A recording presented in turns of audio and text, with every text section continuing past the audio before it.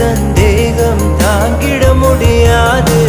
மேடும் பள்ளம் இல்லாமல் ஒரு பாதை இங்கு கிடையாது. பிரிவும் துயரம் இல்லாமல் ஒரு காதலின் ஆழம் புரியாது. காதல் ஒரு ஆகாயம், அது என்றும் வீழ்வது இல்லையடி. கண்ணீர் ஒரு வெண்மேகம், வீழாமல் இருப்பதும் இல்லையடி. கடலுக்குள்ளே மீன் அழுதால் மீன் கண்ணீர் வெளியே தெரியாது. உடை மெல்ல நீ